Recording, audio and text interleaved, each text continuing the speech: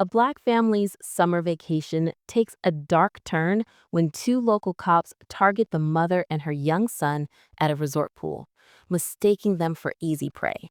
The officers see only a vulnerable family, just a mother and child, alone, powerless, outnumbered. Their intimidation escalates, fueled by arrogance and prejudice. What they don't know is the boy's father isn't just any husband. He's a seasoned FBI agent trained to fight for justice. When the threat to his family reaches its peak, he steps in, ready to show these officers exactly what happens when they target the wrong family. Before we go any further, comment where in the world you are watching from and make sure to subscribe because tomorrow's story is one you don't want to miss. The morning sun filtered through the curtains of the Taylor family home, casting warm patches of light across the living room floor. Suitcases lay open, surrounded by carefully folded clothes and vacation essentials. 8-year-old Elijah bounced on his toes as he clutched his favorite blue swim goggles. "Mom, did you pack my new swim shorts?" Elijah asked, his eyes bright with anticipation. "The ones with the sharks on them?" Samantha smiled, checking a neat pile of clothes. "Right here, sweetie. Already packed them." She tucked the swim shorts into his suitcase along with extra towels and sunscreen. Malcolm emerged from their bedroom, his FBI badge and gun secured in their usual hiding spot. He promised himself no work on this vacation. His family needed this time together. "Everyone almost ready?" he asked, picking up their heaviest bag with ease. "Almost done," Samantha replied, zipping up the last suitcase. "Elijah, honey, can you do one last check of your room? Make sure you didn't forget anything important." As Elijah scampered off, Malcolm wrapped his arms around Samantha from behind. "You okay?" he asked softly, noting the slight tension in her shoulders. "Just want everything to be perfect," she said, leaning back against him. "It's been so long since we've had a real family vacation." "It will be," Malcolm assured her, his voice steady and confident. "No cases, no grading papers, just us." Elijah returned, clutching his tablet. "Got everything."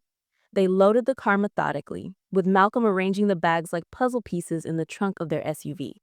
Samantha did one final house check while Elijah settled into his favorite spot in the back seat, already playing with his tablet. The suburban streets were quiet as they pulled away from their house. Elijah pressed his face against the window, watching their neighborhood fade behind them. "How long until we get there?" he asked, the first of what would likely be many such questions. "About 4 hours, champ," Malcolm answered, adjusting the rearview mirror. "We'll stop for lunch along the way." The highway stretched before them, and Samantha pulled out their carefully planned route. They'd chosen a scenic drive, avoiding the major cities. The car filled with the sound of their favorite road trip playlist, a mix of classic soul, modern pop, and Elijah's cartoon theme songs. 2 hours into their journey, hunger started to set in. They pulled into a small roadside diner, its neon open sign buzzing in the late morning sun. The parking lot was half full, mostly pickup trucks and local plates. As they walked in, the cheerful bell above the door couldn't mask the sudden dip in conversation. Several heads turned, lingering looks following them to their booth. Samantha squeezed Elijah's hand gently, guiding him to sit between her and Malcolm. Their waitress approached, her smile not quite reaching her eyes. "Welcome to Betty's. What can I get you all to drink?" They ordered sodas for Elijah and themselves, trying to ignore the whispers from nearby tables. Elijah buried his face in the children's menu, his earlier excitement dimming slightly. Malcolm maintained his calm demeanor, though Samantha noticed his jaw tightening. Under the table, she reached for his hand, their fingers intertwining in silent support. "Look, they have chocolate chip pancakes," Samantha said brightly to Elijah, pointing at the menu. His face lit up again, momentarily forgetting the uncomfortable atmosphere.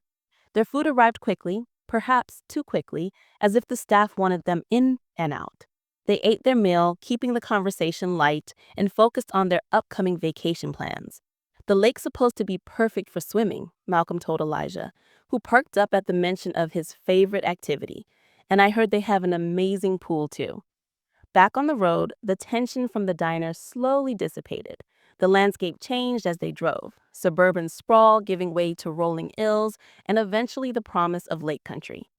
Late afternoon sun painted the sky in warm hues when they finally pulled up to the lakeside resort. The building rose impressively against the waterfront, its windows gleaming. Luxury cars filled the parking lot and well-dressed guests strolled the manicured grounds. At the front desk, the clerk's professional smile faltered slightly as they approached. Her eyes darted between them and their reservation details. "Welcome to Lakeside Resort," she said, her tone overly formal. "I have your reservation here, Mr. Taylor." Malcolm handed over his credit card and ID, his FBI credentials safely tucked away. They'd agreed. No special treatment, no pulling rank. This was supposed to be a normal family vacation. The clerk's fingers clicked rapidly on her keyboard, her eyes occasionally flicking up to study them. "You're in room 342, she said, sliding over their key cards. "Third floor, Lakeview." She paused, adding with practiced politeness, "Please note, our pool and facility rules are strictly enforced for all guests." They made their way to their suite, rolling their luggage across plush carpeting. Other guests in the hallway moved to the far side as they passed, polite smiles masking obvious discomfort. Their room was spacious, with large windows overlooking the sparkling lake. Elijah immediately ran to the window, pressing his hands against the glass. "Can we go swimming now?" "Let's unpack first, honey," Samantha said, already organizing their clothes into drawers. Malcolm did a subtle sweep of the room. Old habits died hard before starting to unpack his own suitcase. After unpacking, they decided to explore the resort grounds. Elijah practically bounced down the hallway, his energy renewed after the long car ride. The resort's elegant interior featured crystal chandeliers and expensive artwork, but Samantha couldn't help noticing how the few other black guests they passed gave them knowing looks of recognition. "Look at the pool." Elijah pressed his face against the glass windows overlooking the outdoor area. The massive pool sparkled in the evening light, complete with a waterfall feature and connected hot tubs. "Please, can we go swimming now?" "Dinner first," Samantha said firmly, though her ached at his eager expression. "We need to eat something proper after that lunch at the diner." They toured the rest of the facilities, a well-equipped gym, a spa that Samantha mentally bookmarked, and various sitting areas with stunning lake views. Throughout their walk, they noticed the overwhelming whiteness of both guests and staff. The few employees of color they saw worked primarily in housekeeping or kitchen roles. The hotel restaurant occupied a grand space with floor-to-ceiling windows facing the lake. A hostess led them to a table, her professional smile never wavering, though her eyes kept darting to other guests' reactions.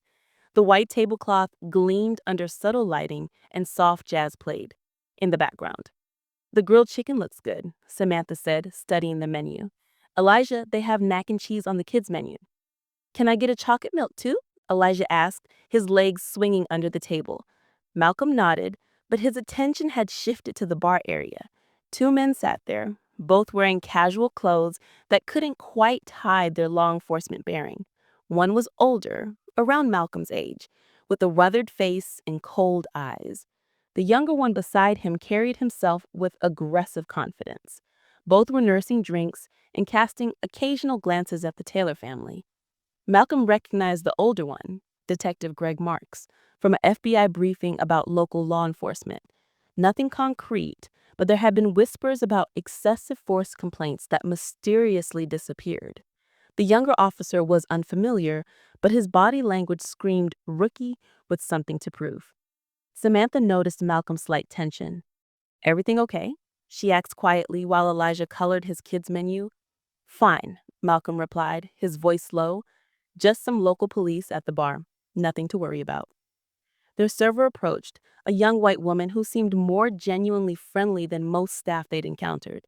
She took their orders efficiently, though her smile faltered when she noticed the officers watching their table. Throughout dinner, Malcolm kept his back to the bar, but he could feel the officers' stares. He focused instead on Elijah's excited chatter about swimming plans and Samantha's gentle reminders to use his inside voice. The food was excellent: perfectly grilled chicken for Samantha, a well-prepared steak for Malcolm, and Elijah declared the mac and cheese almost as good as Mom's. Yet the weight of unwanted attention made the meal less enjoyable than it should have been. When they finished, Malcolm signed the check to their room. As they stood to leave, he heard one of the officers mutter something, followed by low laughter. He kept walking, his hand gentle but firm on Elijah's